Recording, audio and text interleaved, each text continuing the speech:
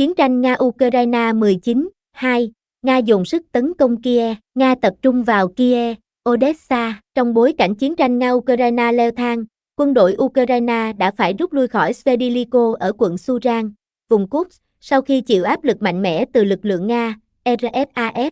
Theo kênh RIA, ngay sau khi giành quyền kiểm soát khu vực này, quân đội Moscow đã ngay lập tức truy đuổi và đẩy lùi kẻ thù khỏi các vị trí phòng thủ còn lại ở vùng ngoại ô phía nam và phía đông của khu vực. Cùng lúc đó, trên mặt trận Kupian, Svatoshi, lực lượng xung kích của Nga tiếp tục tiến sâu vào khu vực Topoli, đồng thời củng cố vị trí của mình ở bờ Tây Duverchania. Giao tranh ác liệt cũng diễn ra ở Angriva, nơi Moscow đang mở rộng cuộc tấn công từ cả phía nam và phía bắc, chiếm thành công pháo đài phòng thủ chiến lược ở Dacho. Các lực lượng Nga cũng đang tập trung vào trận chiến giành Ulaki và Konstantin. Theo hướng Vremet, RFAF tiếp tục phát triển vị trí của mình ở phía bắc Bolshoi Novosila, đẩy quân đội Ukraine ra khỏi một số vị trí quan trọng gần Novochetho. Những diễn biến này cho thấy cuộc tấn công của Moscow không có dấu hiệu chậm lại khi tiếp tục mở rộng quyền kiểm soát trên nhiều mặt trận. Trong khi đó, cuộc giao tranh không chỉ giới hạn trên bộ, quân đội Nga đã tiến hành các cuộc đột kích vào một số mục tiêu của lực lượng vũ trang Ukraine,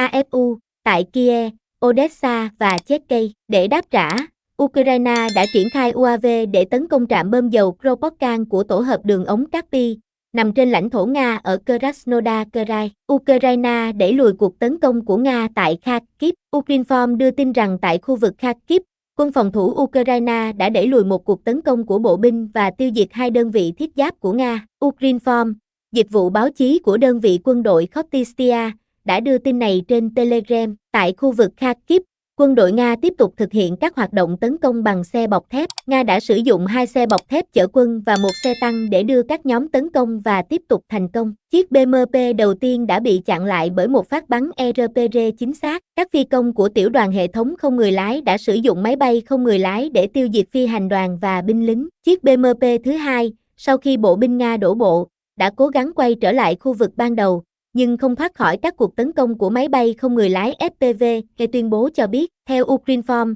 tổng số binh lính Nga thiệt mạng trong cuộc chiến ở Ukraine từ ngày 24 tháng 2 năm 2022 đến ngày 18 tháng 2 năm 2025 lên tới khoảng 861.090 người, bao gồm 1.170 binh lính khác thiệt mạng trong ngày qua. Nga tiếng như vũ bão, Ukraine đang gặp nguy hiểm ở Kurakho. Trong bối cảnh tình hình thù địch leo thang ở Ukraine, tam giác phòng thủ phía Tây Kurakho đang trong tình trạng nguy cấp khi quân đội Nga, RSAF, liên tục đẩy mạnh các cuộc tấn công vào khu vực này. Theo Military Summary, trên chiến trường Donetsk và miền Nam Donetsk, quân đội Nga đã đột phá qua nhiều tuyến phòng thủ của quân đội Ukraine, AFU, khiến đối phương rơi vào thế bất lợi. Kostynitan cũng nằm trong vùng ảnh hưởng vì các đơn vị phòng thủ của Kiev chưa thể ổn định được tiền tuyến, đứng trước nguy cơ phải rút lui hàng loạt. Đáng chú ý, tình hình gần Kurakho đang trở nên đặc biệt nghiêm trọng. Ulaki gần như hoàn toàn nằm dưới sự kiểm soát của Nga, trong khi phần phía nam của Kostynitan đã thất thủ. Một cuộc bao vây cũng đang hình thành ở phía bắc Angriva,